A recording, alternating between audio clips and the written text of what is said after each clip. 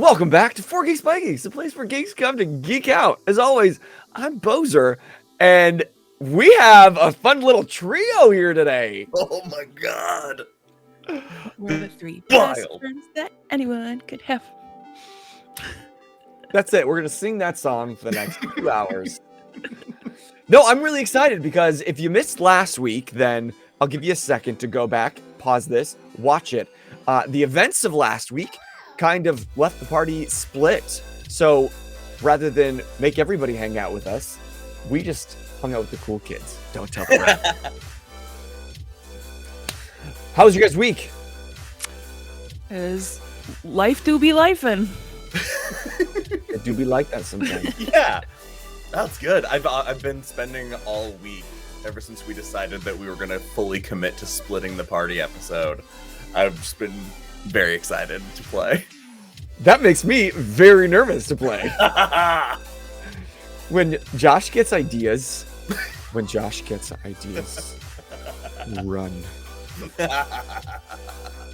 And it's because of that chaotic nature that I was making plans. I was making soft plans, and I was like, you know what?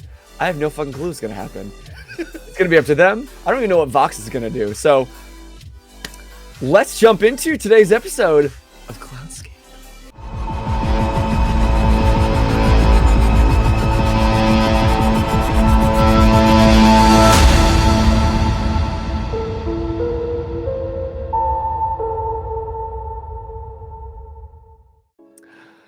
Last time on Cloudscape, Fight Night has begun, with Waylantier entering into a tournament-style survival match. With bets on the line and crowds cheering, Wayland faced off first with an elderly gentleman who went by Dave, seemingly unaware of what he had gotten himself into.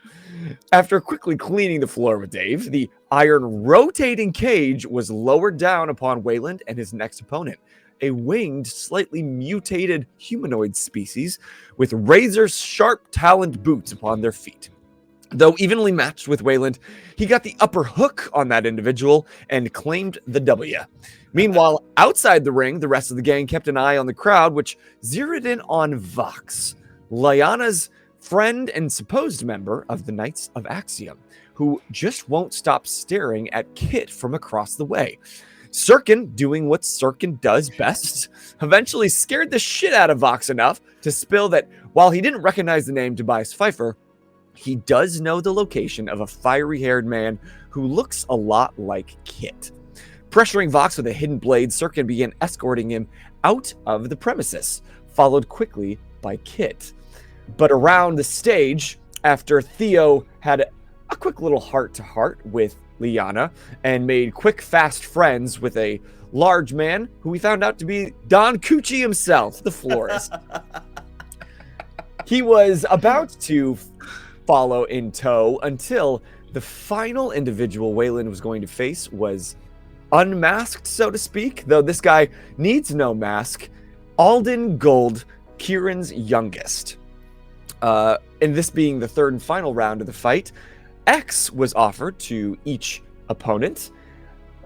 Alden, who is no stranger to X, quickly injected it, and we saw some interesting things going on with his tattoos and his arms being outstretched in dangerous ways.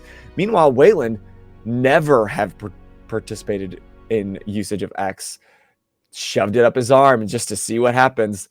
And so we got a taste of what could be. But we won't know what happens there because they're fighting. But you guys are escorting Vox out of this the tallest smokestack. I can never remember that word. The tallest smokestack here in the Iron Corners, where he told you that this person is probably in the greenhouse district. What would you like to do? Continue making our way through the entrance the way we came out. And now that we're out there, is there a place where people have been like parking cars because they're not being super secretive about it? Right. It's not like a public event, but if you know about it, you know about it, and it's fine. Perfect. Yeah, so you make your way up the stairs, You use the? You don't use the elevator, right? You guys used The the stairs. graded stairs Yes. that Alsvid had found previously. Mhm. I don't know. I'm just following. So, Kit's just really confused as to what's going on because Theo was like, follow him. And Kit's like, okay, let's go. So you don't know anything that Vox I had have said. no, because I was not Yeah, there for that. Yeah. I'm She's just completely blindly in the following. dark. Theo told me to go. I went. So, Okay, yeah. So you guys make your way up the stairs, and there's some other people like hanging out. You run into a crowd that's just like drunk off their ass and looking for a fight. But you skirt past them and get outside the warehouse, and there's some bikes, there's some other cars. You're kind of within the big fenced-in area around the metal factory. Perfect. Syrkon puts his hand on Vox's shoulder and gives it a squeeze. Keys, if you would. I didn't drive. Of course you didn't. Kit, would you happen to be able to unlock any of these cars? yes, but why? We're going to take a drive. Couldn't we just take this? We'll need to travel together. I suggest you drive, so pick something out you'd enjoy. Look, man, I got family. I got people who care about me. If I go missing, You won't you're gonna be be missing. storm of trouble, man. If you don't cooperate, trust me, finding you won't be the problem. Collecting all of you as you've spread out across the pavement, that could be the problem. And he looks at you, Kit. You work with this fuckhead. Does it look like I work with this? Kit, if you'd like to find your father, hotwire a car. We need to go. Kit's just gonna walk up to the car closest to them, and I guess try to open it. Crafts? Yeah. Okay. Or burglary. Well, crafts is my great. Burglary is. Well, no. if you're doing crafts, then tell me how you craft your way in rather than burgle your way in. Okay, so maybe then, I'm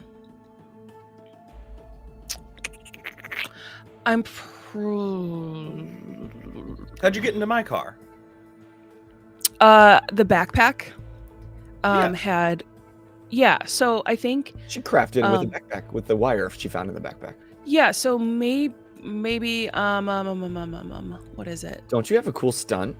Yeah, I have a stunt. That's what I'm thinking. Using it's always making useful things. Mhm. So when using crafts, always have the tools for the job. No fates points spent. So maybe there's some debris Maybe- laying around. Maybe there's a wire, Syrkon, something just hanging out. Syrkon tells Vox to empty his pockets.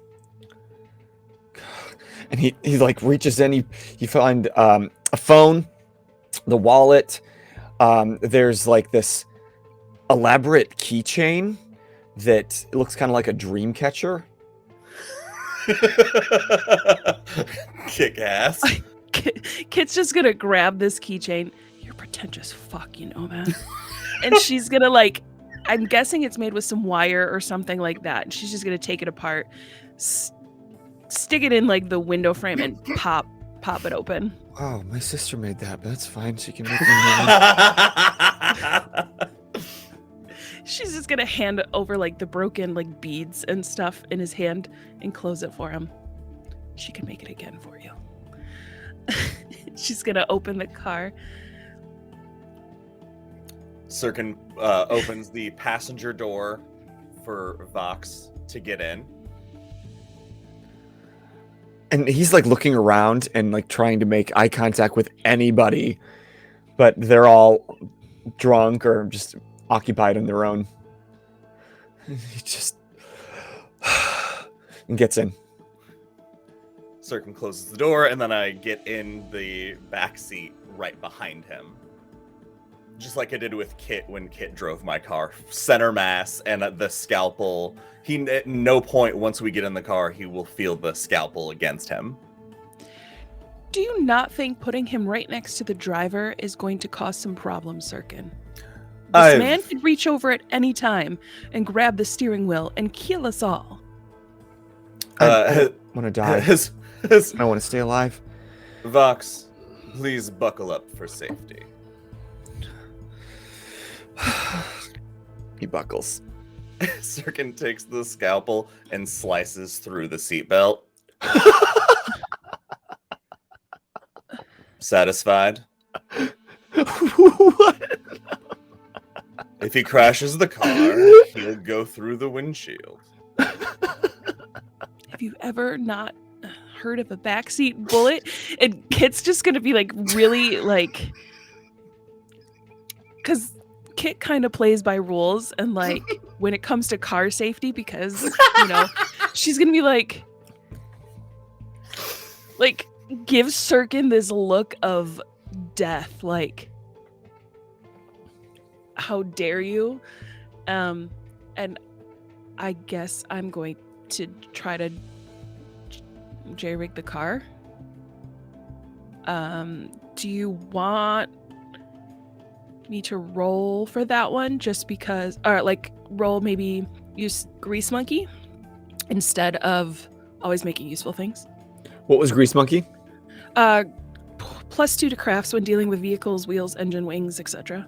Yeah. Nice. Okay. +2 to... I let that happen? Holy shit, that gives you a +6.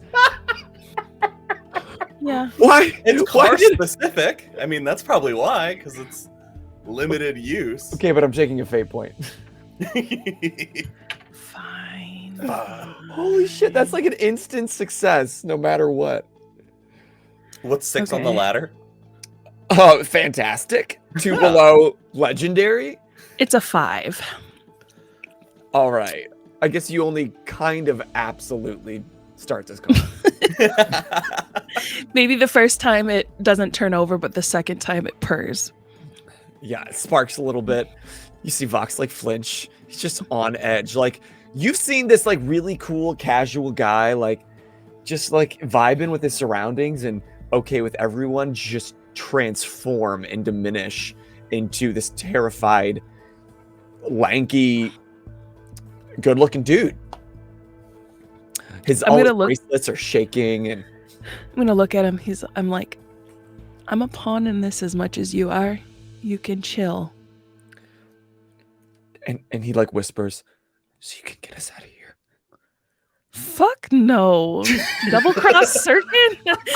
And she's gonna pull out of the parking lot. I can hear all of this so clearly. So clearly. Yeah, the X that you put into your eyes is still, you're like catching everything. You can still hear his heartbeat.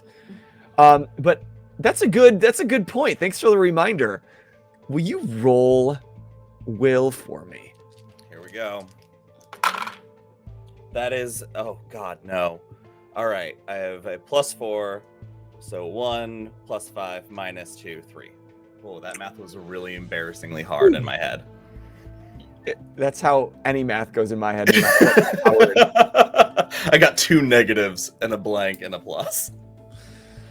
So while you're hearing everything, it's almost like this high-pitch, piercing sound starts to blend all the sounds together into this.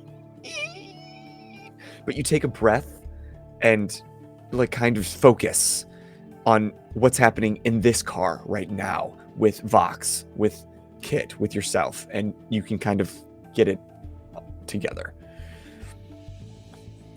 Perfect.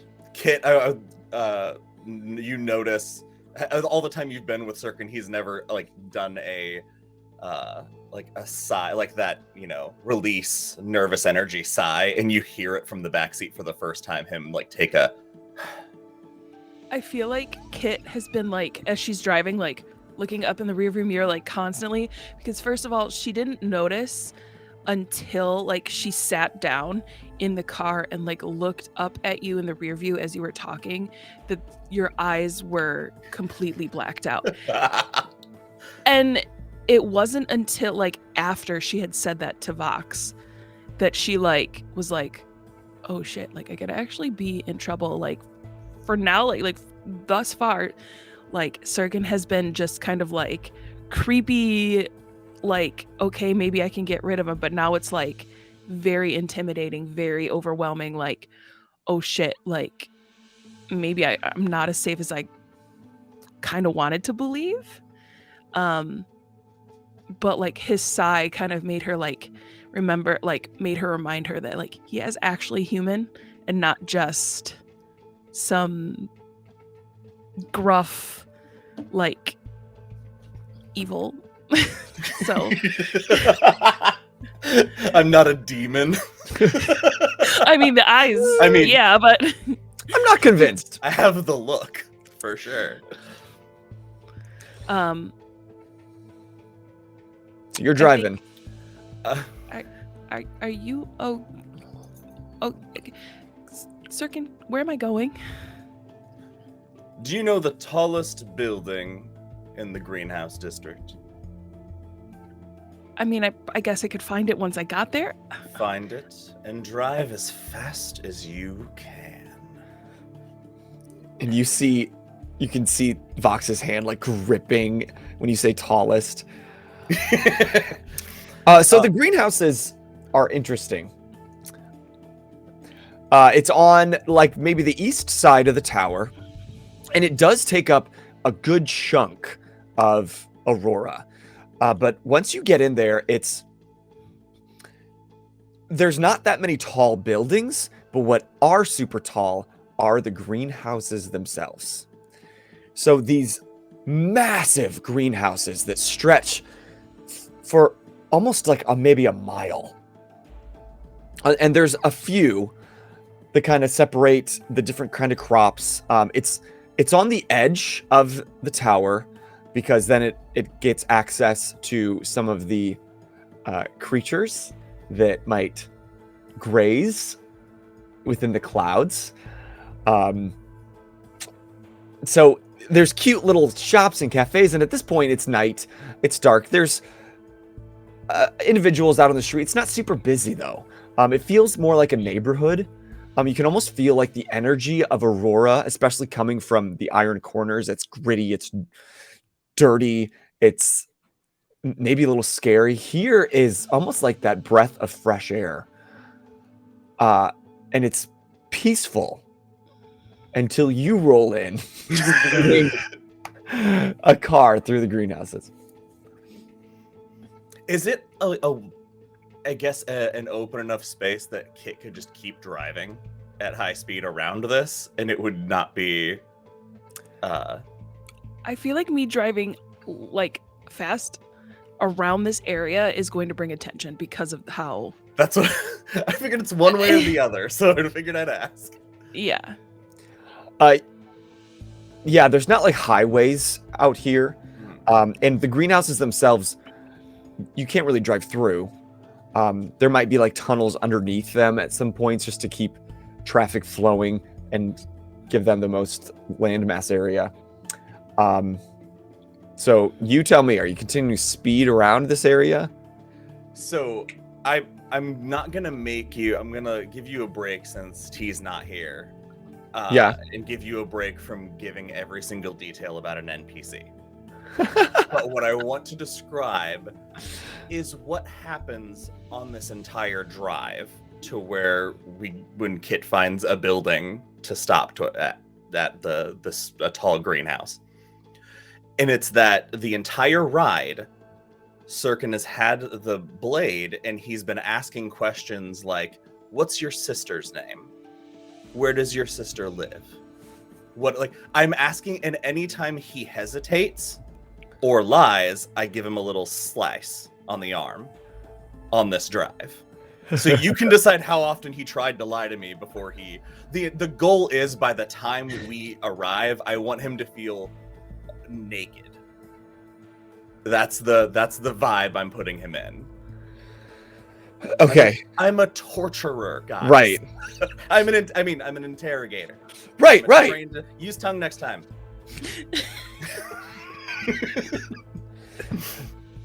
So by the time you get to the greenhouse district, he's got that bleeding cut on his hand from the first time back at the Iron Corners, and he's probably got more out of hesitation. If you're asking about his life, yeah, him, his family. I want to know his first kiss. I want to know where he lost his virginity. Like, these are the very personal questions, and any hesitation is pain. And meanwhile, he's seeing the city fly past him at high speed with no seatbelt. No seatbelts. So he's probably got a few cuts on him, but interesting. You ask, who's your mother? Who's your father? And he says, Naraya Kai. That's a notable name, because you would know her to be the arch luminary of agriculture. Oh, shit. And you've kidnapped her son. I've kidnapped an arch luminary's son. Oh, man. Well, no witnesses, I guess. Yeah. So by the time you get there, he's probably got 3 or 4 cuts, and he's just like trying to stifle the bleeding, and you've got blood all over this car now, and it's... I think Kit's gonna be like sitting like close to the wheel, like, you know, close to the door, like driving, like, Syrkon, I'm very uncomfortable right now. I've only got one more question. One's a lot. Vox, where is Tobias Pfeiffer? And you're like parked outside on one of the streets across from one of the greenhouses, and you can see one, and then beyond that you can see another large one. And he just kind of nods in that direction. Kit, would you like to ask any questions? Can I get out of his car? Yes. Because she's not even meeting gazes at this point because she's really freaked out. And she's just gonna hurriedly get out of the car. And like, I think at this point, because like she's out of this situation, she's gonna go like to like a wall and like put her hand on it and slowly breathe and like kind of ground herself, because like at this point she wants to scream at the top of her lungs, but she knows she'll like grab attention to herself if she does so. So she's like grounding herself. She just needs, yeah. So that's what she is going to do. And just leave you and Vox in the car. Can I get out of the car too? Yes. And like quickly unbuckles and He unbuckles. He buckles the bottom because it's just flat. It's been flapping the other time. and just realizes that was worthless, and just like his hand is slipping on the handle because of all the blood now dripping down his arm. And by the time he's gotten out, I'm already out ahead of him. And he kind of like fumbles and falls out of the car. You said you're already ahead of him? Yeah. Because it's taken him. He got out. He fumbled Okay. out of the car. I just got out. Damn, he was gonna run. Well, so when he gets out, he looks like he's going to run and sees Yeah. me ahead of him. Yeah. Kit. What? She's gonna slowly turn around. What we do with him is up to you now.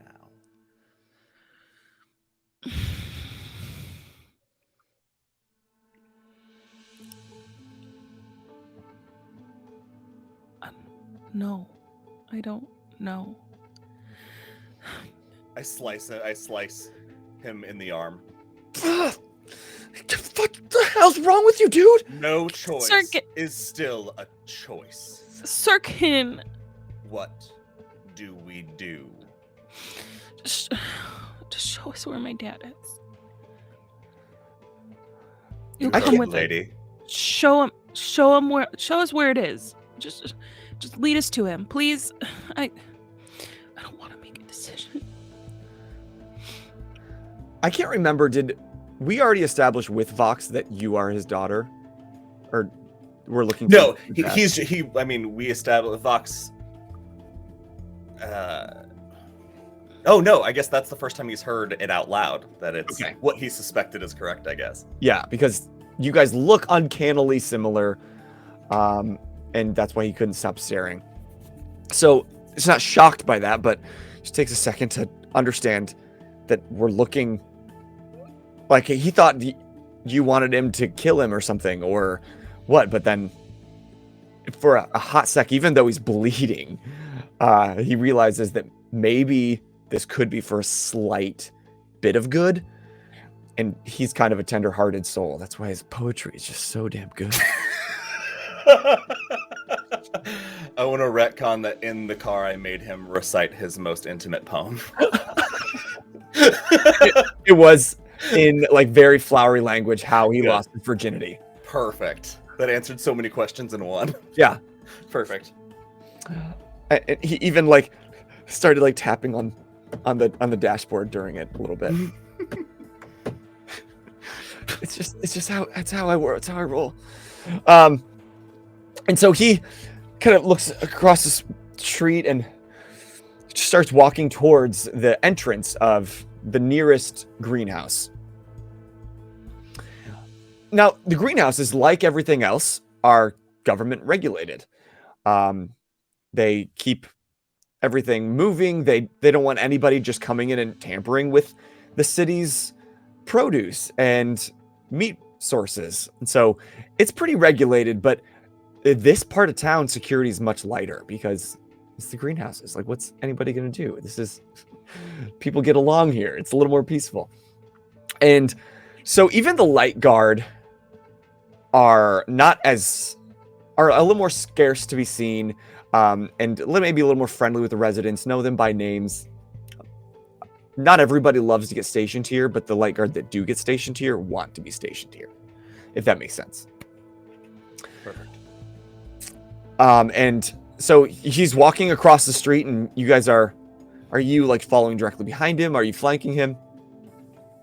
Syrkon's walking alongside him. Okay. Are you holding on to him at all? Yeah, I have Okay.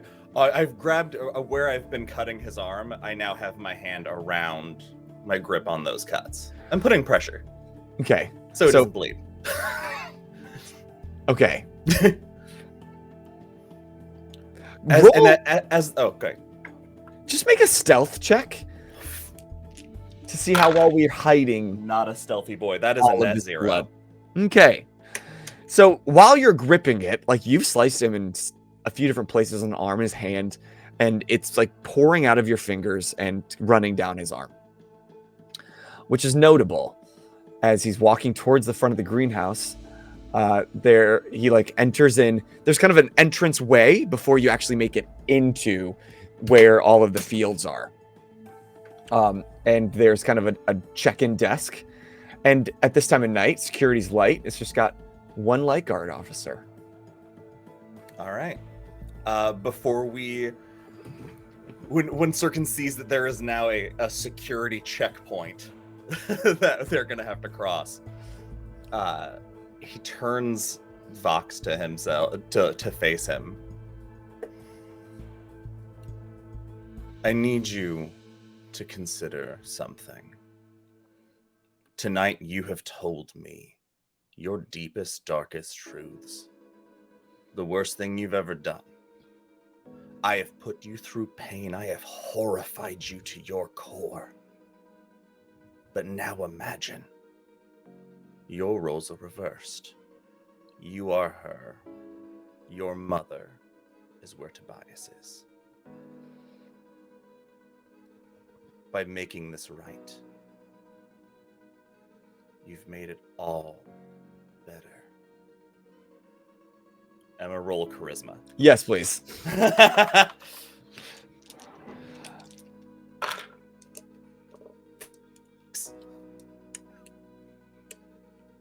What is it? 6. Lucky. I'm like, this better be a fucking high roll. Oh man. Yeah, because 6. I'm never gonna push anybody like, well, you better roll an 8. What? What? I'm gonna spend a fate point, redemption through pain, and add 2 to that. Shit. Because Okay. I am making him feel that this is relieving the guilt. You manipulative son of a bitch. I'm an interrogator. It's so good at it. It really makes me question what your side gig is, Josh. I talk to a lot of people, and I need a lot of answers. Mm-hmm. How do you get those answers? So Very clever. you see in his eyes, and especially you, as he's staring into the black holes that are the eyes on your face. It's like an entire story. It goes from fear, and you see him like plotting how to get away from you and how to flag the light guard's attention, and then just fear of what it would be like to have his mother in a similar position, to have you doing these kinds of things to his mom, and glances over at Kit and sees her just kind of torn up, not 100% sure why, but knowing that her dad is in there and that he could be responsible for any trauma that she's gone through over the last month or so. He like crosses his arms to help cover the blood and takes a big deep breath. And as he enters the door, the light guard officer notices, and he's like, "Oh, Vox, how's it going?" He's like, "Hey, Druid, just going to check in on things." Like, well, who are your friends? I haven't seen them before. Has pushed Kit to be between them, so the order of walking in is Vox, Kit, Syrkon. Okay. Oh, they're looking for a job, and they're really excited about, produce, agriculture, and the drones. So I thought I'd show them. Like, and the Druid kind of looks around and like, all right, have him signed in. And he leads you over, and like noticing that his hands are going to be covered in blood if he picks up a pen, he just like offers Kit to sign in first. Kit's gonna put in a fake name. Okay. She's not gonna put Pfeiffer. Yeah. Violet Green. Nice. I don't know. His plants came to mind. I don't know. I was gonna try to come up with something clever, but I'm not enough. And she's going to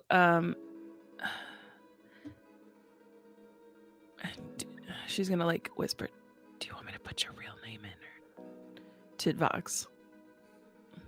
I was like, "Drew, do I need to sign in?" He's like, "No, Vox, I got you." All right, and I'm gonna hand the pen to. Oh, are your hands covered in blood too? No, I have gloves. Oh, okay.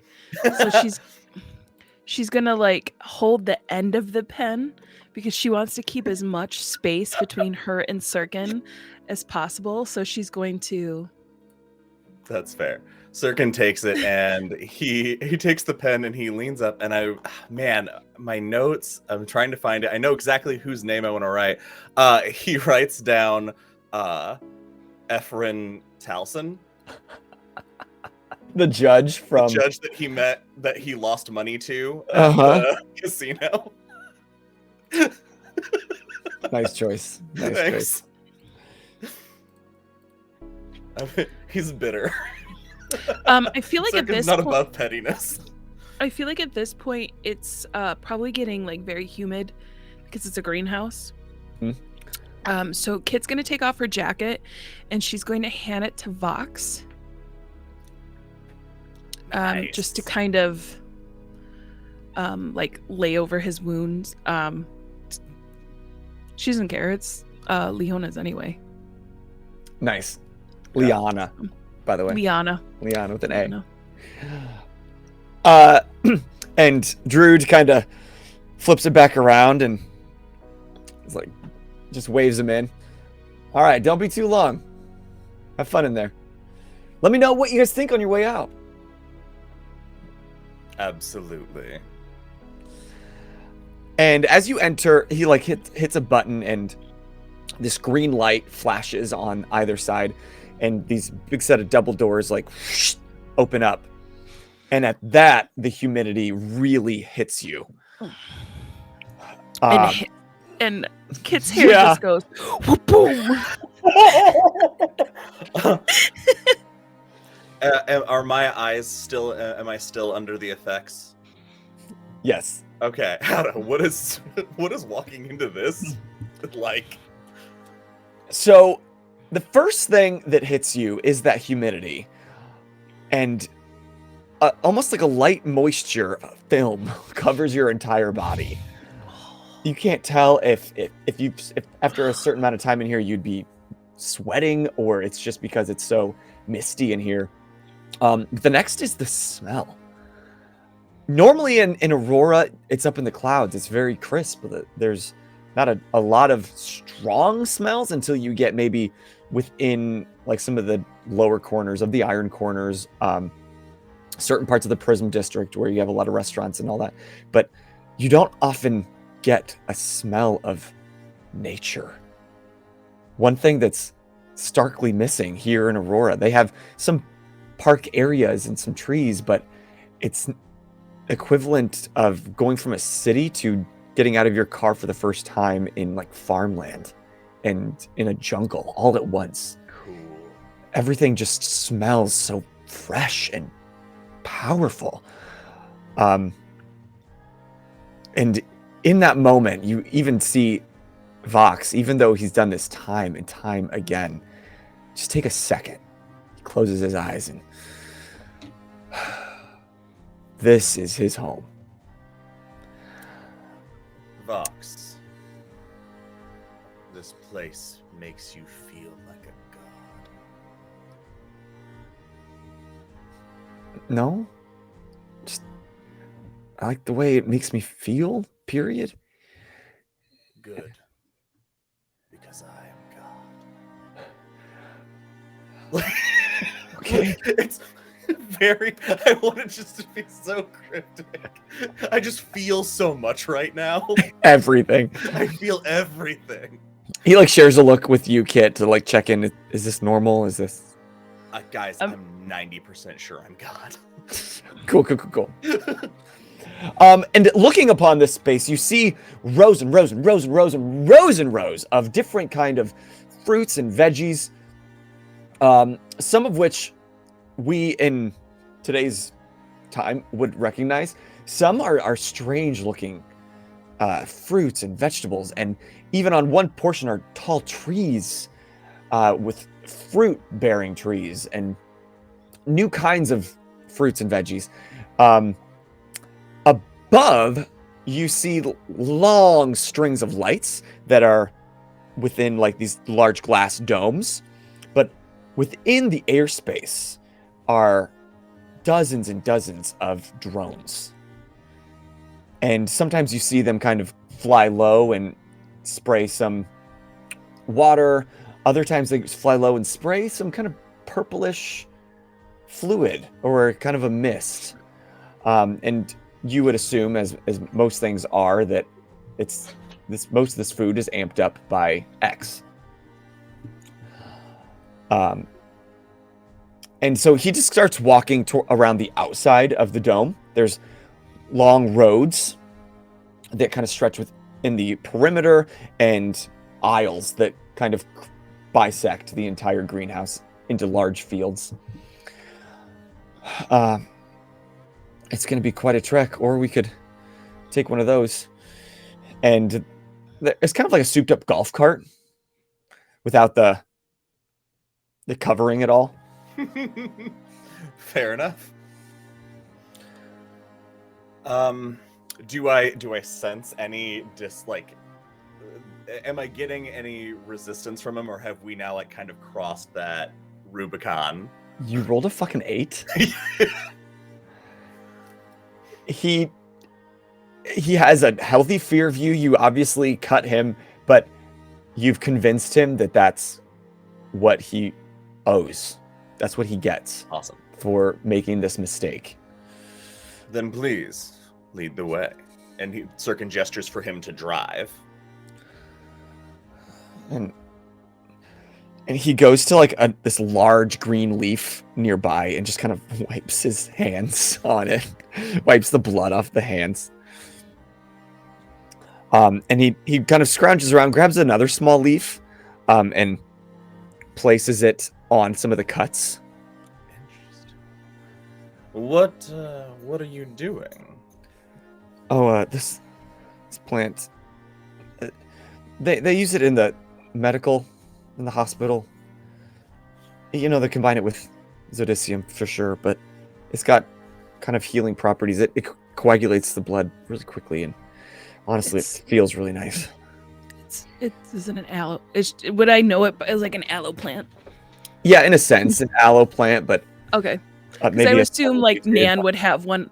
I would assume Nan would have one over like the sink, of course, because like like you burn your hand or something, you like put it on there. So maybe like Kit's gonna like walk over and like look at him like a I guess asking look, like to help. Yeah, help yourself. And unlike aloe, you know how they have spikies on the end? Yeah. These have now mutated to they're like soft little curls that every inch or so kind of fan off from the leaf, and the leaves are larger. And those soft little curls go from like a green to a purple to a pink by the end of them. And so he just like grabs, like rips off a piece of the leaf and gives it a crack.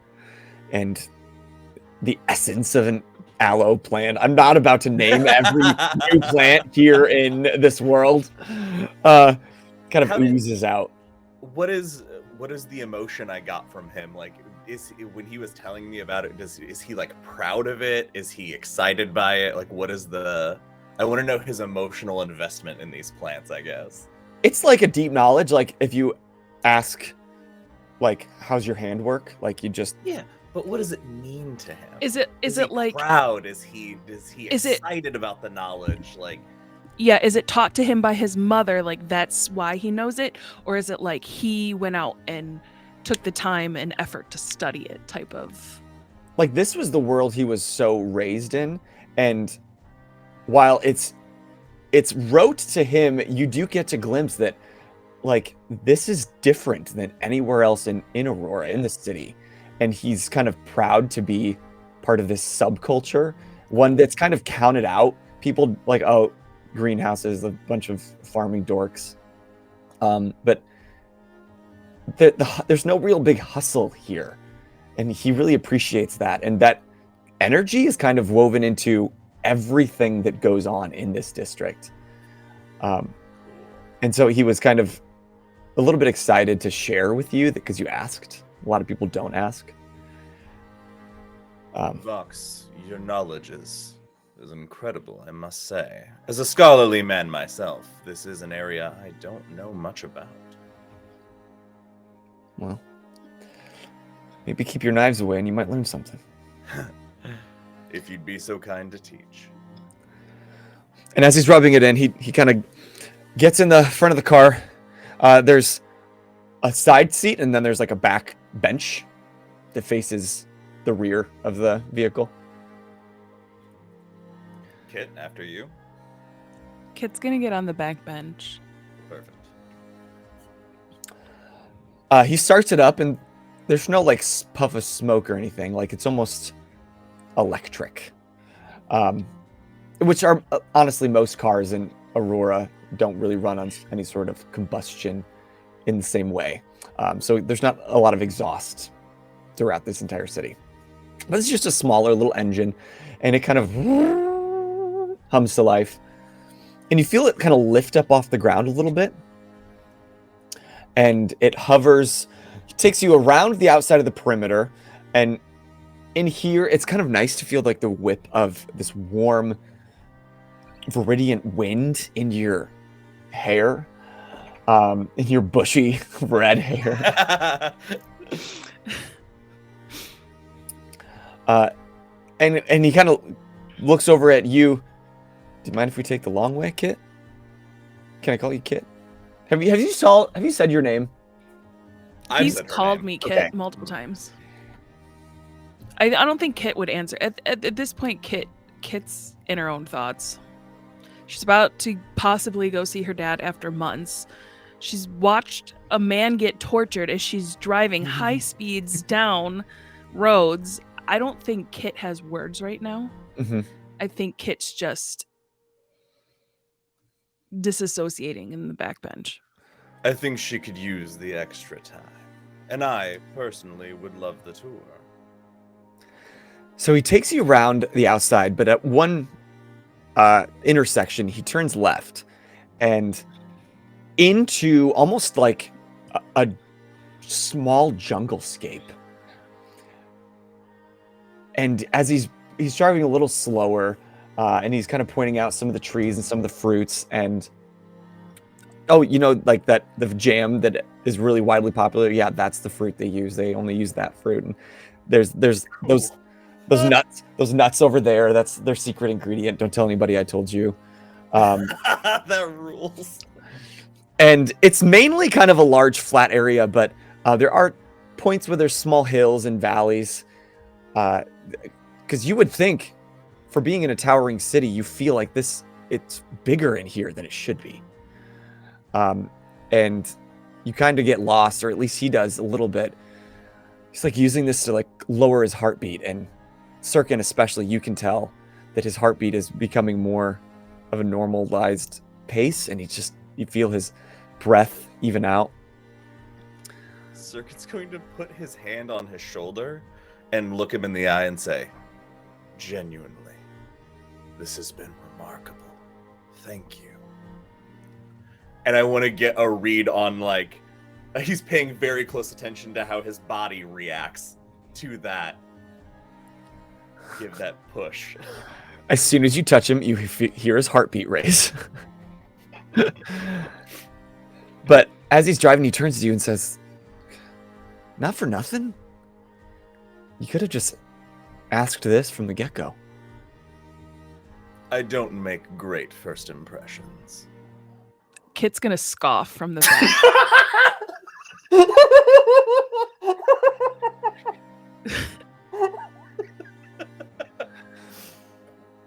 Fucking right, you dumb. And he kind of loops around and takes you towards the middle of this greenhouse where there is a structure. It's not quite a shed. It's larger than a shed, nicer than a shed. But essentially in this like giant field, it acts as kind of a halfway point if someone's trying to exit, or a good place for tools, or people keep their lunch, or just to get out of the sun. It's got like this large covered patio area where people can hang out, all the workers during the day. But There are workers that do here, but you know that the drones do take care of a lot of the work as well. And he pulls up, and you feel his heartbeat racing again because this is a no-no. what he thinks he might be about to do. Wow, that was not a sentence. What he thinks he might be about to do, and he turns back to Kit. You ready for this?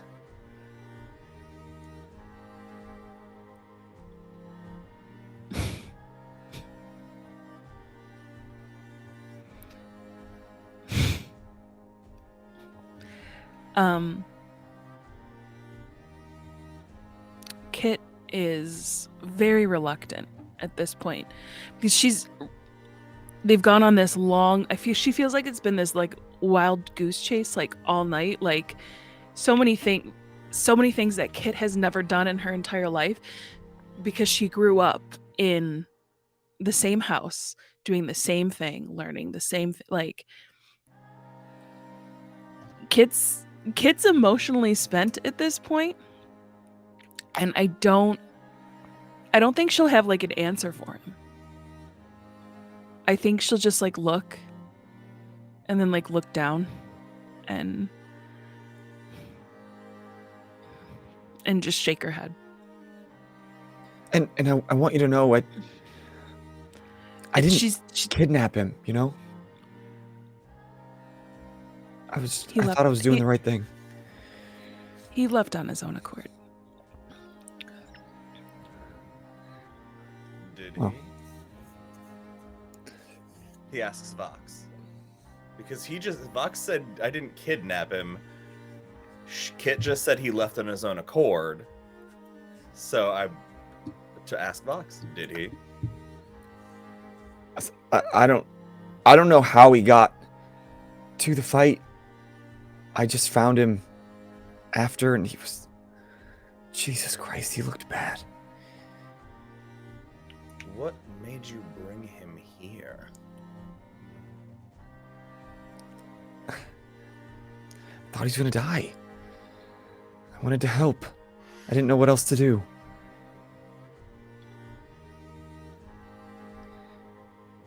Shall we? Yeah. I'm super fucked. He gets Vox, out of the car. What has happened tonight? Everything I have put you through. It has wiped your slate clean. Any of this bad things you've done, this is the redemption you're paying for it. What happens from this point on, you are in control of your life, your destiny. I feel like Kit at this point has come to like this realization that Syrkon really does think he is like a savior of some sorts, like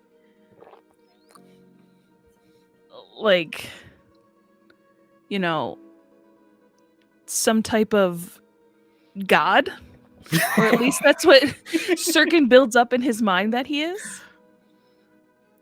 Because he can, or some sort of, what would it be? I'm trying to think. This, like a disciple of Goddess Octaris, because he continually repeats, "For light and love, for light and love." And I feel like Kit is going to give him the weirdest look. And I think I need to go in by myself. And she looks at Syrkon. Is that what you want? No, but I feel like it's necessary. After what I saw you do tonight, I don't think you should be the first to go in. Can I just butt in here? I'm sorry. I know you're like really prepping for an emotional reuniting with your dad, but it's not really that simple.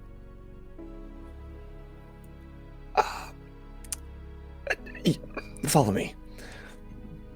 And he goes in through the front door and he holds it open and allows you to go in first.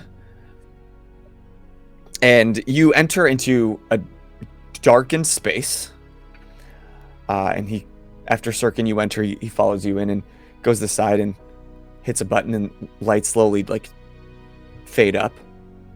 And there's like some inner tables that have like patio doors that lead out to the patio. In here, it is much cooler. There's like AC in here. It's a chance to get out of the sun, get some cool air off their skin, get the sweat off their bodies. There are like some rooms towards the back that you would imagine are for tools and other kinds of things. There's some long steel tables that have like dirt on them where people might have been like prepping some seeds, and there's in fact small pods that will need to get planted tomorrow when the next shift comes in. There's a small kitchen. He's not here. And he just goes over to the kitchen and opens up the refrigerator door and like reaches in, and you hear a kick ass, and closes the door and then pulls it back open, and the entire refrigerator kind of swings open. I'm not gonna lie. For a second, I thought it was gonna be a Waylon moment where he's gonna pull out a jar with a piece of my dad. Oh my god! He's like, well, he's not really here, and was gonna just pull out. And I was bracing for it, and I was like, "Here's the rest of him." So like, I went from like here to like, oh, okay. Woo! You guys wanted a dark campaign? Here you go. Syrkon just notices Kit spike in anxiety for a split second. She thought it was gonna be a Waylon's hand in a cookie jar moment. And so as he opens the refrigerator door, light emits from the space beyond. And if you peek around, you see a staircase lead lower in the level. And below you hear voices. We're going to take a little break. I think that's a great time to take a quick break, take a potty break, grab a snack. Meet back in a few minutes. Man!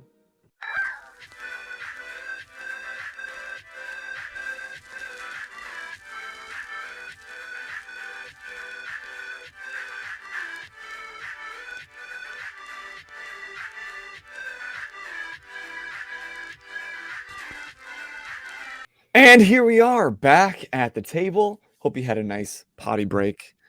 I sure did. I didn't. I want to know who the voices are. I sat here and stared at the screen until you came. I know, it was very uncomfortable. You didn't have to take the camera and mic in the bathroom with you, Bozer. Like you didn't. You could have just left it all at the desk. You know what? I'm an open book. That's fair. We're family now. We're pee with the door open kind of people.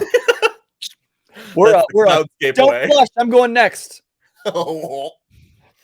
I grew up in the country, so there are people like that. That's literally, not to out my parents, but I grew up on that don't flush, I'm going next.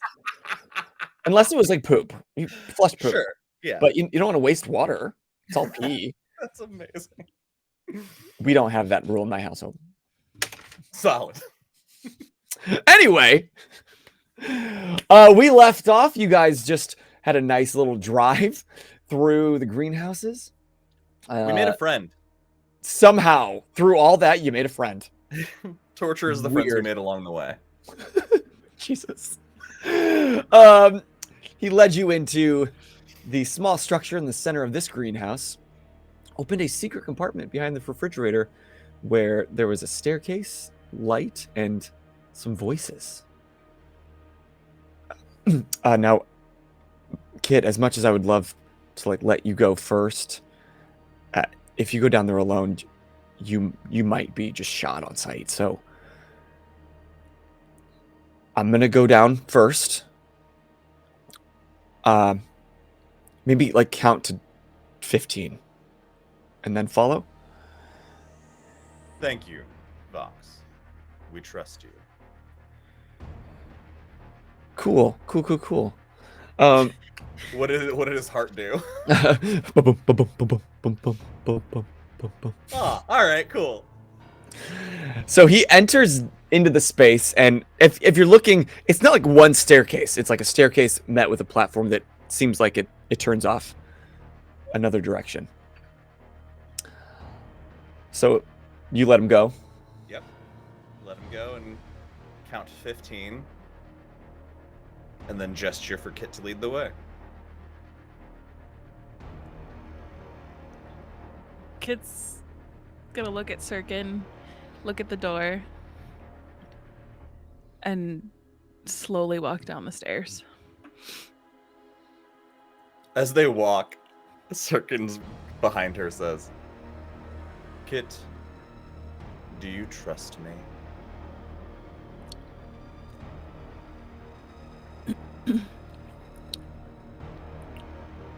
No. Simple. No. Perfect. As you're walking down the staircase, you walk down one flight, it turns, down another flight, it turns, down another flight, it turns, down another flight. And as you make your final turn, you know that you just went deep below the surface in this district. As you make another final turn, you can hear excited voices, agitated voices, upset voices. You can hear Vox. Guys, he's her dad, right? He's her dad. Oh my god. I think I just figured out where we are. And Go ahead. You exit all the way down. And as soon as Kit, you enter first, and as soon as people like see you and what you look like a hush falls over the room. And you see one guy kind of whisper to another individual who takes off and exits the room. And speaking of the room, it almost feels like a large bunker with different hallways, many different hallways that kind of spider off from this area. You see tables full of... Actually, go ahead and roll. Just kidding. I was going to say roll a perception. Kit, roll a perception. Syrkon, you see everything. All right. Perception. Do you want me to give you another will? Yeah. About time for that. Oh god, that's real bad. That's a 1. I got 3 negatives. I also rolled a 1. Oh. It's so much. That's fate. So, in the hubbub, Kit, all you kind of notice, you've like locked on Vox, and you're trying to piece together these eyes that are staring at you, and there's maybe like a dozen individuals here in this room, elderly, young, even. No kids, just kidding. No kids are down here. A few of that kind of winged species, that mutated species with kind of a flatter face and kind of oblong heads a little bit, and always low tank tops so that their wings can have freedom. Syrkon, as you step in and you're about to take in this whole room, that piercing sound grows higher and higher. And while you're trying to suppress it and focus on what's going on, you can't. And it just becomes this racking of pain between your ears across your entire brain. I'm going to make you take some mental stress. All right. I've got it coming. I already have 1 mental stress. Oh, good. Well, it falls off at the end of a scene. Oh, okay. So if you had one before, it fell off. Okay, so now I have one again. Yeah. Got it. And as you come down the stairs, they like try to figure out who you are. Some people may recognize you, but then you immediately collapse. And I don't know, does Syrkon scream out? Does he? What would he do? It basically growls. It all becomes internal because his whole thing is control. Mm-hmm. So he will internalize the pain until he doesn't yell in pain. And so out of instinct, like you are screaming this or growling this animalistic growl. And people take the opportunity. One guy like grabs Vox, pulls him away from you. Kit, another person, 2 people come and grab each of your arms. Do you try to escape or do you let it go? Oh god. She would probably like, pull her arm away, like, because they probably came up from behind, so she's probably gonna like instinctively like pull herself away. You can make an athletics check if you want to try to. Okay.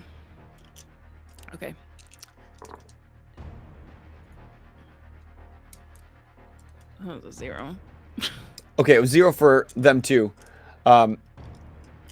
So they don't hold on to you.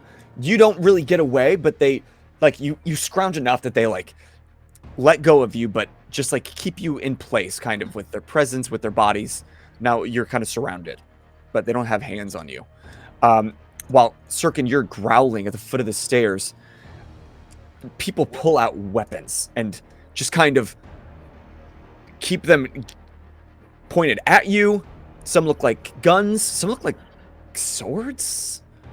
Can I roll perception to see maybe that, because I'm because I've been with him all night, like assuming that he's coming down from. Can I roll like perception to see if? Yeah, different kind of perception.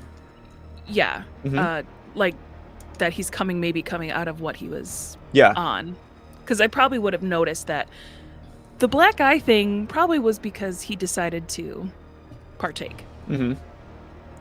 So maybe can I roll perception? Yeah. Okay.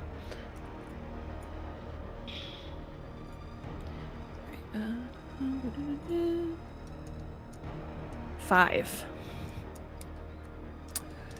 Yeah, this is unlike Syrkon. You've never seen him really show this much emotion before. And I would think that you get a really strong sense that whatever he put in his body, this is why you don't fucking mess with X. It gives you a gift and then immediately takes it back. You can't trust it, and this is what he gets. He's racked in pain. Can I?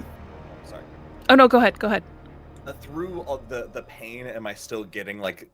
Can I still kind of get the emotions of the room, like whatever, like the most prevalent feeling everybody has? Like, if you could differentiate, or it's not just the emotions. If you could pick out the emotions from the noise in the room, from the smells of the room, from the light in the room, but it's all just combined into one hypersensory attack. In his growl voice, he says, "I can feel all your agony." Fox is like, he was not like that on the way here. I feel like Kit would walk forward and like put her hands to like everyone and like get close enough, like not close, but like stepping towards him. And I guess maybe just being like a calming voice and that like breathe. Yeah. Like, just breathe. Like, and just like walk him through, I guess, the sensory overload. I think it's just Kit's nature to like, calm tensions in a room. So I feel like she would just keep stepping closer and like, you know, biting people off. Like, he's not gonna do, if he's gonna attack me, he's gonna attack me, but whatever. But I think I'm gonna say Syrkon and try to call him out of it, maybe. And I know that I don't necessarily know what's going on, but maybe ground him, I guess. Okay. Syrkon, roll another will, but I'm almost giving you advantage by where I'm placing the DC. Perfect. That is a 4. Got a net 0. Nice. So as you're keying in on Kit's voice and showing you kindness and compassion for the first time since you've met, you focus on her voice and get the ringing to just settle. And as you're breathing through it, the ringing subsides, the pain still there. It's still really bright in this room, like migraine status. But at least the ringing stops and it's at a manageable level, but it's still there. It's always in the back of your brain at this point. Syrkon looks up and he makes eye, looking up at Kit for the very first time. It's the first time she's been over him. There's like a light behind her head. Yeah, and I'm with just kidding. her, it's in this moment he looks up and he sees her with the light around her and the calming words like saying things are gonna be okay, and all of that rushes together in Syrkon's mind, and he remembers that is where the way he has seen Carol Pfeiffer before when he was a child. I'm sorry, what? That same angle standing over saying things are going to be okay. He sees Nan, young Nan, we established in her 20s she had that like record, that like wild time, and it's like 20-year-old Nan when it would have been kid Syrkon. He sees this like whole memory comes to him, but we don't have time to deal with that now. Love it. And Syrkon holds his hand out to Kit to help him up. I guess Kit is going to think about it for a second and but then eventually put her hand down to pull him up. He takes it and climbs to his feet, and he leans forward. Thank you very much for more than you know. At this point, down a hallway, you hear a few heavy footfalls, but also a confident stride of a heeled boot.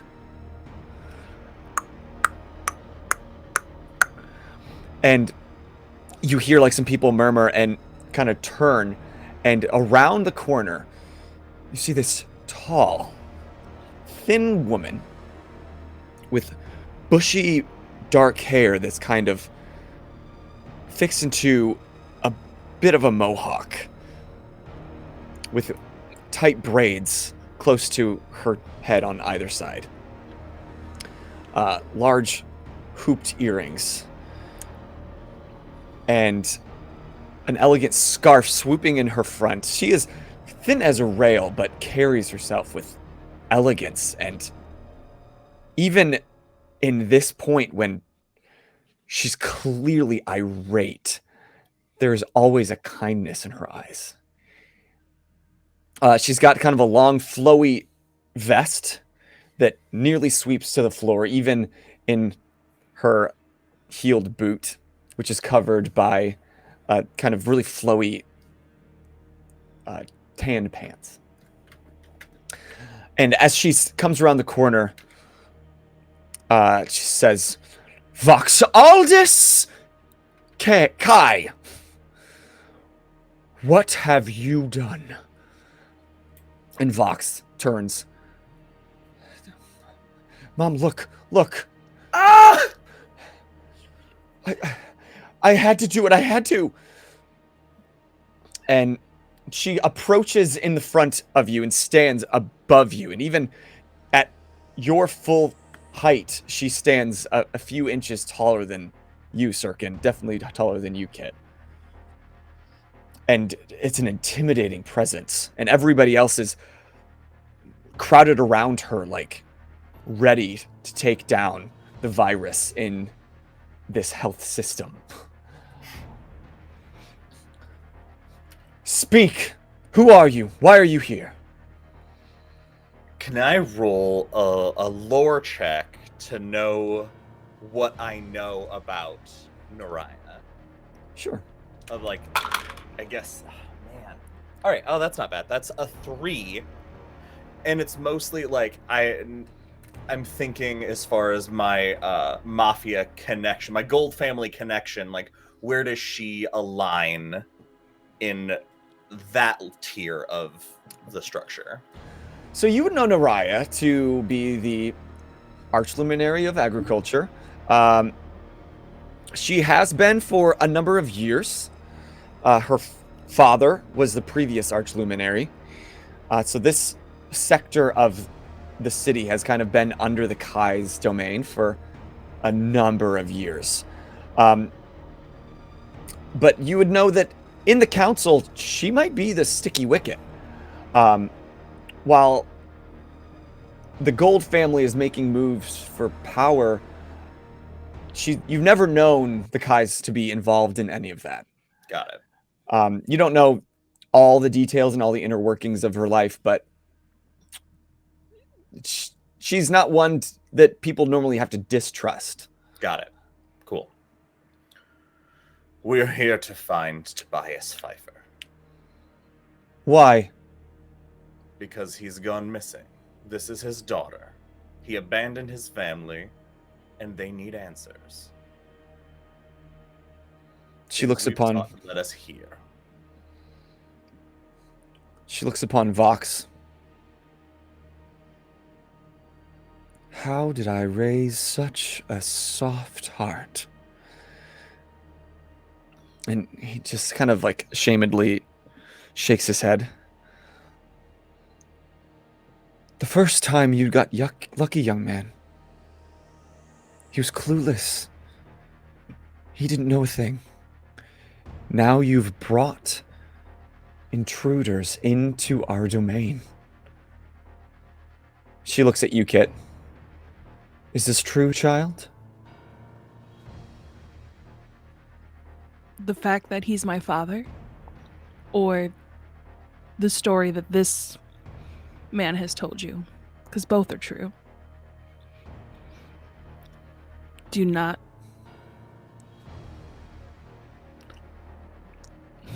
I see the resemblance, as I'm sure my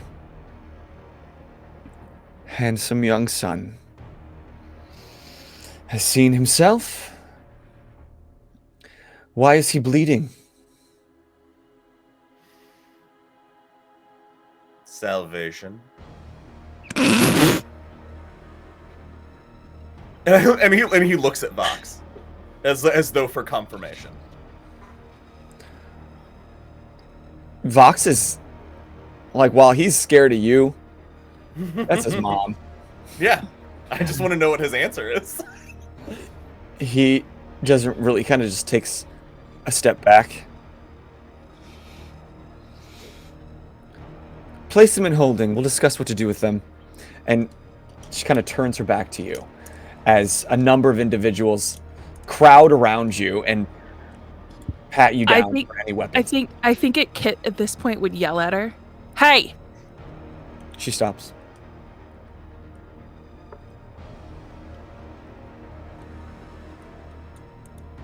You would keep a daughter from her father. You are lucky enough to work side by side with your son. that has been taken from me. Roll charisma. Holy shit! That was awesome! I rolled a 2, but I'm going to invoke my bite. Oh, no, I can't, because that's different. Your bark was better than your bite. Yeah. I'm going to use a fate point to add 2 to that, though. So you you pay the fate point to invoke an aspect, which can add 2. Okay, What are your aspects? One man's trash is another woman's treasure. Bite is bigger than a bark. Anything you can do, I can do better. So let's do anything you can do, I can do better. So I'm invoking this because she thinks she has this power over me and this, but she has this relationship with her son, and that she thinks that, I think she's just like, these peasants, like, she looks down upon us, but I don't want her to think she has the upper hand, that I'm just going to cower and let her. I feel like that. Oh, what if it's more in the vein of your son works for you, but my dad and I work together? Yes, Like, love that. That's the anything you can do, I can do better. Love that. Because my father didn't speak down to me. Mm-hmm. My father took my thoughts and my ways into consideration rather than, I will teach you. She stops. Slowly turns towards you. Young lady. And you see her face soften.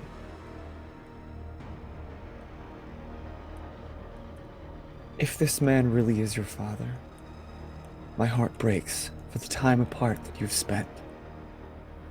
This was not our intention. But the things we are doing here are more important than your relationship with your father, and frankly, more important than my relationship with my son. And if he didn't know that, and if all of us here didn't believe in that, none of us would be doing what we're doing. She backs away as people all grab you, and this is a dozen people split between. You feel hands grabbed around your arm and like the back of your head with weapons pointed at you the entire time. They lead you down a hallway, and all of these are like large concrete hallways with lights lining the hallway all the way down. And there's different doors and other hallways that kind of cut through. And they lead you down another hallway to the left and into a larger room where there are a line of steel doors. And they open up one of them and shove you inside, both of you, into one cell. And shut the door. Syrkon takes a seat on the ground. Kid's gonna pace. There's not much in this cell. There's a bench on one side. There's a light at the top. It's unclear what this might have been used for. It's like the bench was placed in here. It's not like there are bars on the door.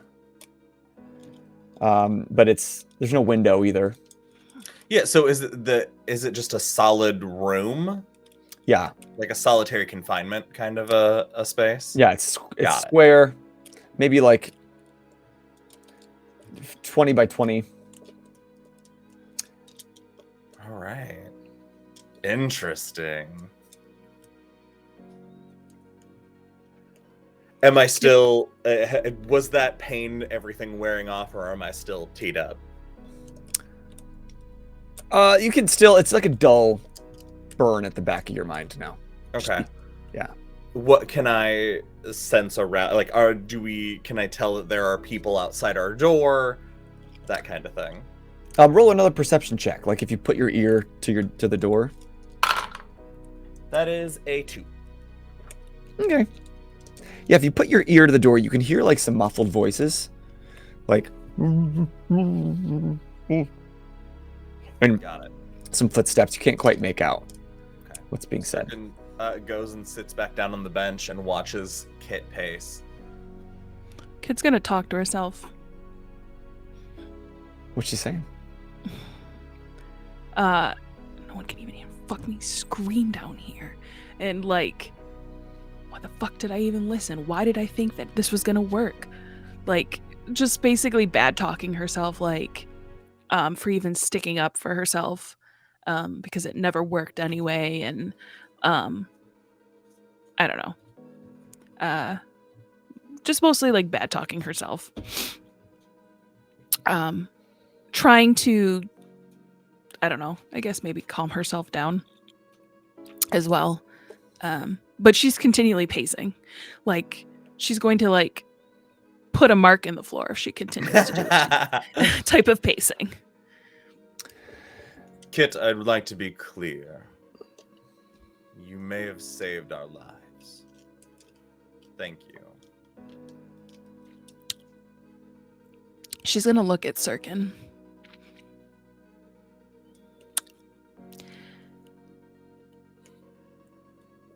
Your overconfidence will be your slow and insidious killer.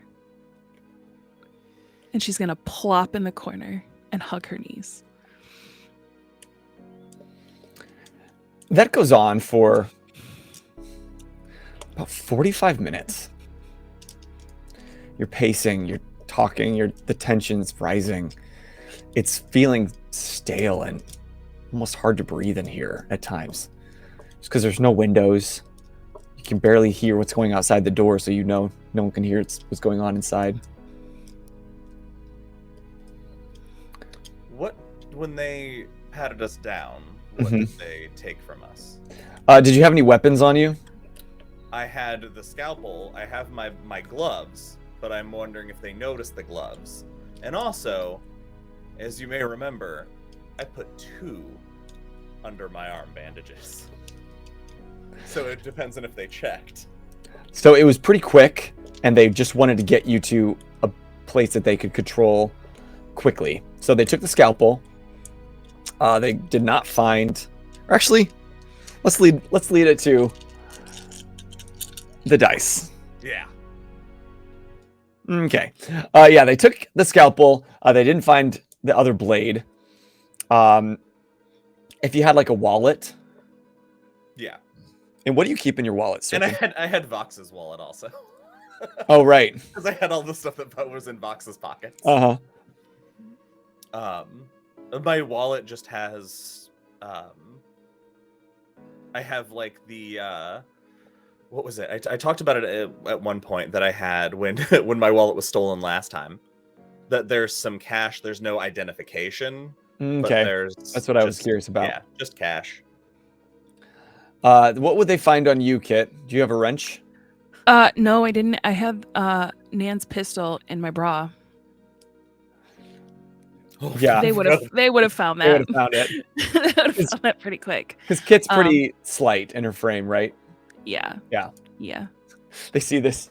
Anyone rolling thing. up would have known that there's this thing just chilling right here. I've seen boobs before, but never one of these. Call back to episode 1. Yeah. So yeah, you don't have a lot on you, but after about 45 minutes, you hear a clank, clank, clank on the door. Come in. The door squeaks open, and Naraya steps back in the doorway. How nice of you to knock.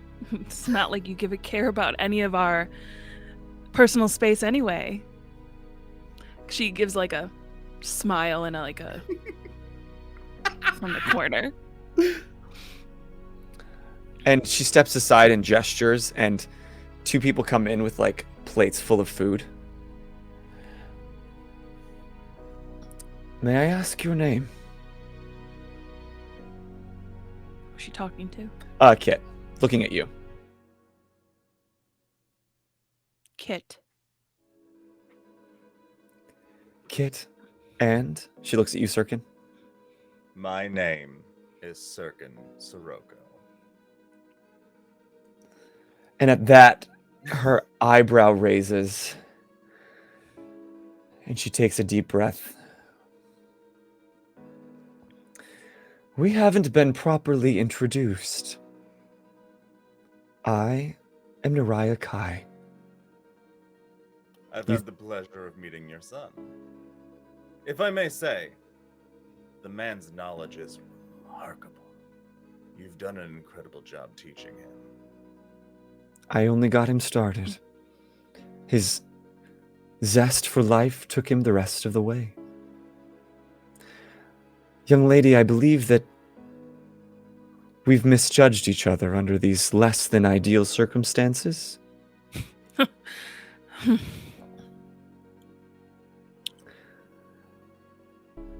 You see, this place is not for anyone's eyes. You entered unannounced, unwelcome, except for my son. In the past few minutes, he's shared his experience with you, not all of which I agree with. Looking at you, Syrkon. He just stares blank-faced back. He's aware. But you were right, young lady. It's not right to keep one's daughter away from one's father. Would you like to see him? How many people are you gonna escort me with this time? 24? 30? Whole army? She's deceptively strong. Would you like to see him? She's gonna gulp like...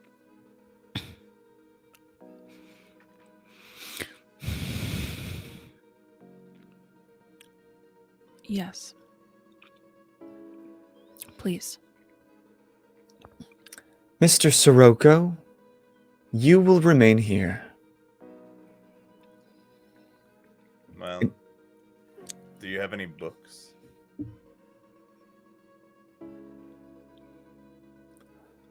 Actually, I'm going to. I want to just because we didn't discuss all these crazy plants. I just want to name one of the plants that Vox taught me about. Yeah. And ask, do you have anything about that tree you mentioned? Whatever that. And you hear like around the door, oh, and Vox kind of steps in. Oh yeah, you paid attention. That's really cool, man. Yeah, I got something, Mom. I got something. I mean, he's just gonna sit in here, right? And she looks down. Kit, please come with me. Syrkon, there's been a meal prepared, and I believe my son will be bringing you literature. You are too kind. And she steps out of the way of the doorway, Kit, for you to exit. She's gonna size Nariah up. Like, not like in a menacing way, but just like look her up and down. And walk through the door. And she slowly closes the door behind you. And Syrkon, from your side, you hear a lock. And right. yeah. Please, this way. And there's another individual just with her, but he stands behind her, Nobody's grabbing you. Nobody's shoving you. She's just walking with you. And she's kind of taking a slow pace as she speaks. Kit, what has it been like without your father for this past several weeks?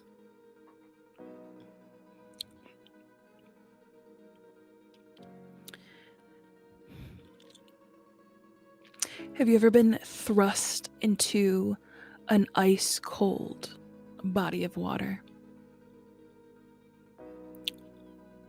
We don't get much bodies of water up here, but I understand what you're saying. It's like sitting on the edge and being comfortable with your toes dipped, enjoying the moment when someone comes up behind you and pushes your whole body in.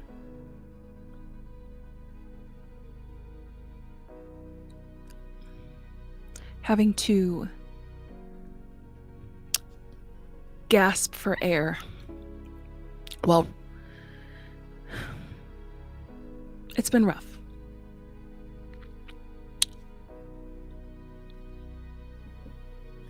And as you're walking, do another perception check for me as you're walking through these hallways.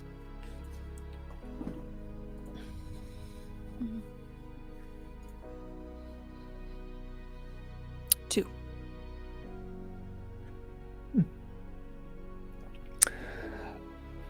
Almost like in a tunnel vision in anticipation of this moment that you're headed towards.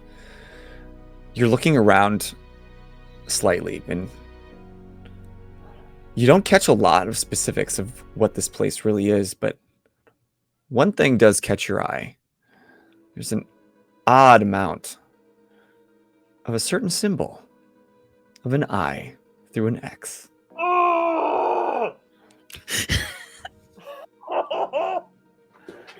Oh my god. We're so stupid.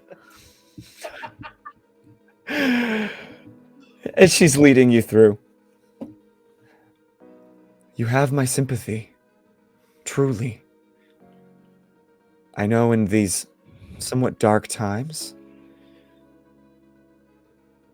we are not seeing each other clearly.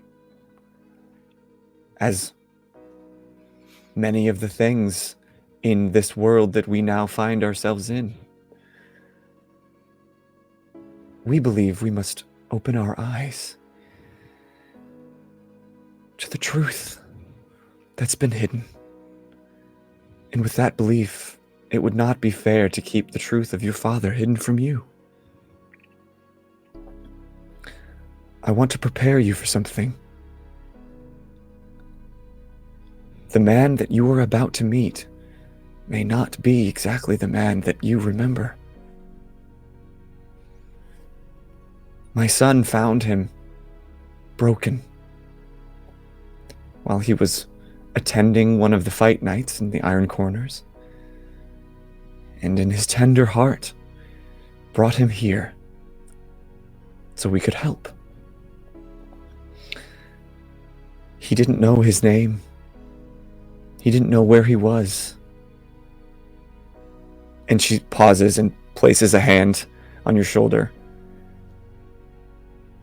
And he made no mention of a family.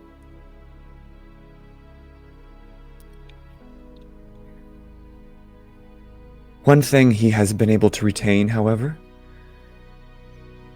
he's got a distinct knack for mechanics. In his gratitude for our help, he wanted to make himself useful. We allowed him to be put to work. In hindsight, we may have overstretched that skill set. But such is a fledgling organization.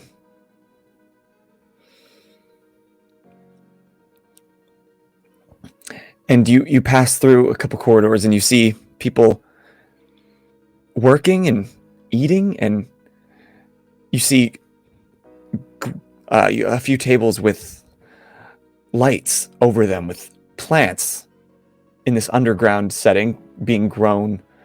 At one point, you might even pass a room that has a lot of beakers and glass chemistry sets and large displays. And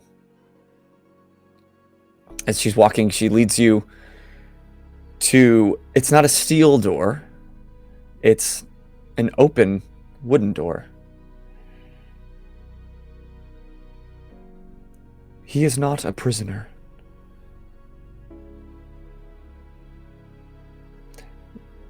We have to be careful who we allow into this world. But if we are so afraid of gathering help, we will find ourselves very much alone. He's in there.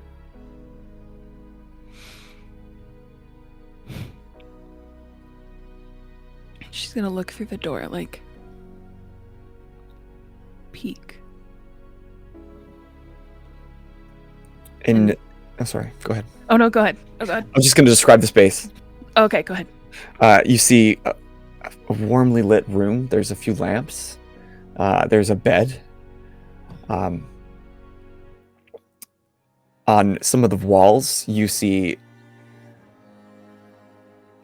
some drawings.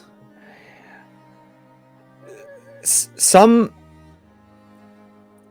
look vaguely like you, but not. Next to those drawings, you even see blueprints and building layouts. On the bed, you see kind of a mechanical instructional manual. And on the far side of the room, facing away from you at a desk, you see a man with fiery red hair, now pulled back into somewhat of a man bun. And he's working away on something on the desk that you can't quite see. I'm gonna say to Naraya, are you coming in, like, as just, if to ask, like, are you coming in with me, or am I doing this by myself? Would you like me to come in with you?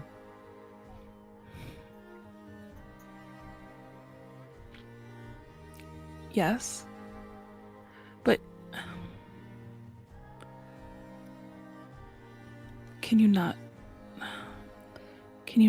tell him I'm his daughter? I'd like to see if he figures that out himself, or if he remembers. If that is what you wish.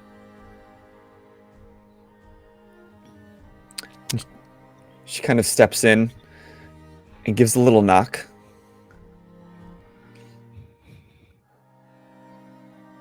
Leonold? And she turns and said, we had to call him something. And he turns, and he's got these goggles, just like yours. And he turns and has a slight grin, and he's got a beard. Trimmed, but thicker than the last time you saw him. And he lifts up the goggles, and you see that one eye is closed shut. Even though it's been a month since he was last found, it appears that there might have been some permanent damage there. And he's like, oh, hey, Nurai, I've almost got this drone fixed for you.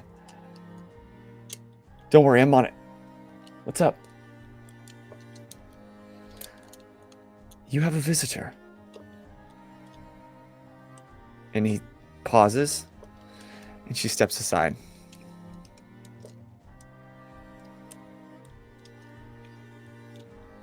Hello.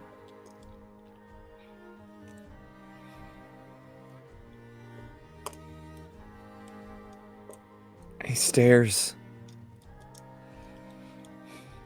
Why? And he's like looking at your hair. I'm gonna make a roll.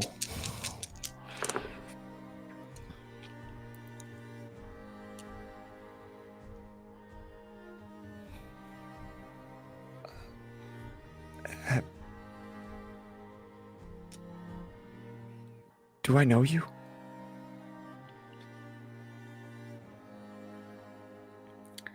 Ugh.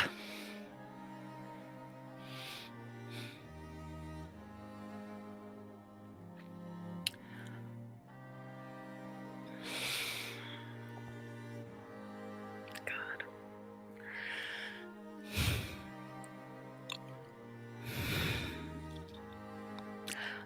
I'm Naraya's new intern. Oh.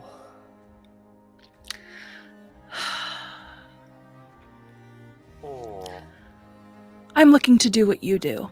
I have a knack for mechanics. And I was interested in meeting you. Oh, new recruit. And he comes up and he places out his hand. Leonold, I'm told. I kind of got a little bump on the head, so. Catherine, nice to meet you.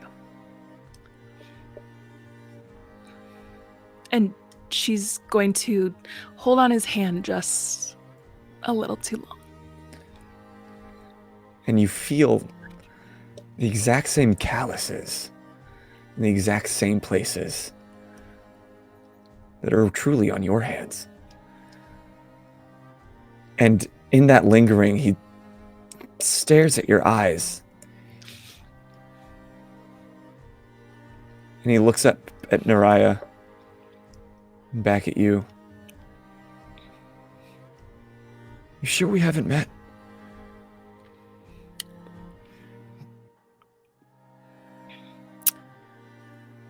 It would be awfully funny to have met. I mean, we do share some sort of resemblance. I don't see too many people around here with fiery red hair. Yeah, I noticed that. I think Kit's gonna look around the room. Nice drawings you have. Do you doodle? Yeah, I don't know if I used to, but sometimes I just get a picture in my head and I just can't get it out, you know? I do get that. And he's like looking at some of the drawings and he stops at the one that looks a lot like you. He looks back.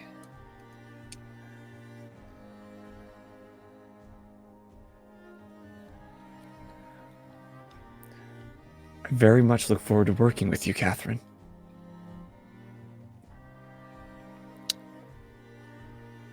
The feelings are mutual. For now, Naraya's not done giving me a tour, but I was just so excited to meet you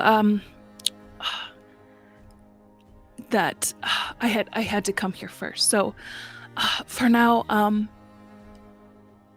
must go, but we will talk later. Yes. Enjoy your project. I will see you later.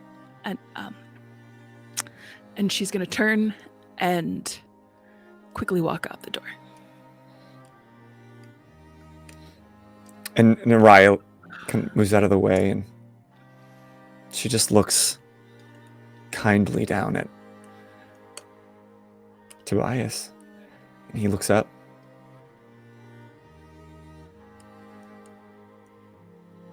Why does she look so familiar?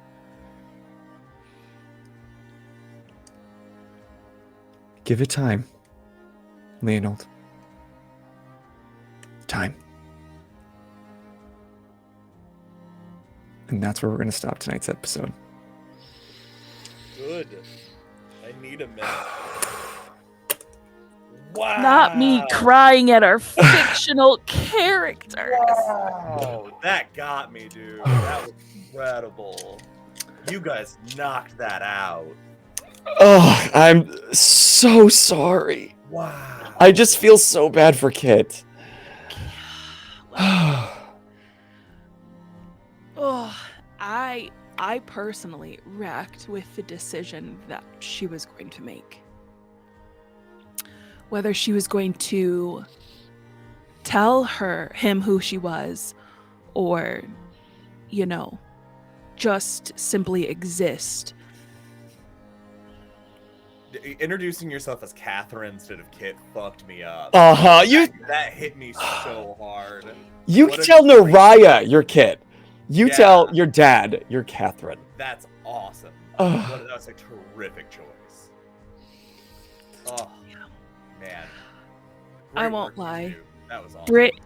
Kit is broken, but Britt is also broken. I felt it, man. Like that. Ugh. When you guys watch this back, you're gonna see me like I'm just like doing this. I was trying jittery. not to watch I'm so you, sorry so if the audience is annoyed by me because I'm like I couldn't sit still. Ugh. Yeah, so congrats on stumbling upon the headquarters of the Knights of Axiom. I don't know why I should have realized it like so much earlier.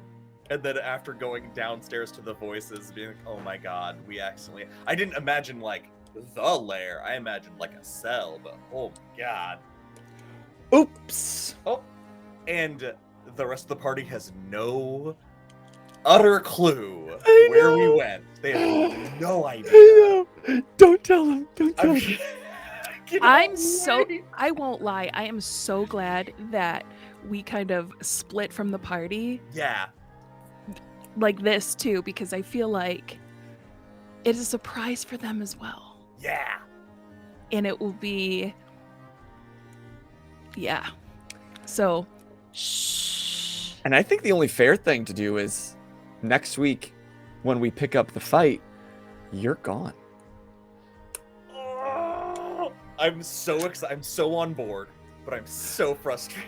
I want to know. I can't wait. I can't wait till we all get back together again. It's going to be so good. This has been so much fun and a wreck, but in the best possible way. Yeah. All of you, thank you so much for joining us on tonight's episode of Cloudscape. If you are enjoying this, please tell a friend, bring somebody to the Twitch chat live at 8 p.m. Thursday nights, or share the link on YouTube and listen to the podcast. That's the greatest way that you can help support the channel, is just by telling a friend and bringing more people to our loser table. Also, the feedback so far, like thus far, makes my heart melt so much. So those who have like told us how much like this, you love this, it just spurs moments like this within the campaign. Yeah. So. But until next time, I am Bozer, I'm Josh. I'm Britt. and you just keep geeking out. Get out. Bye-bye.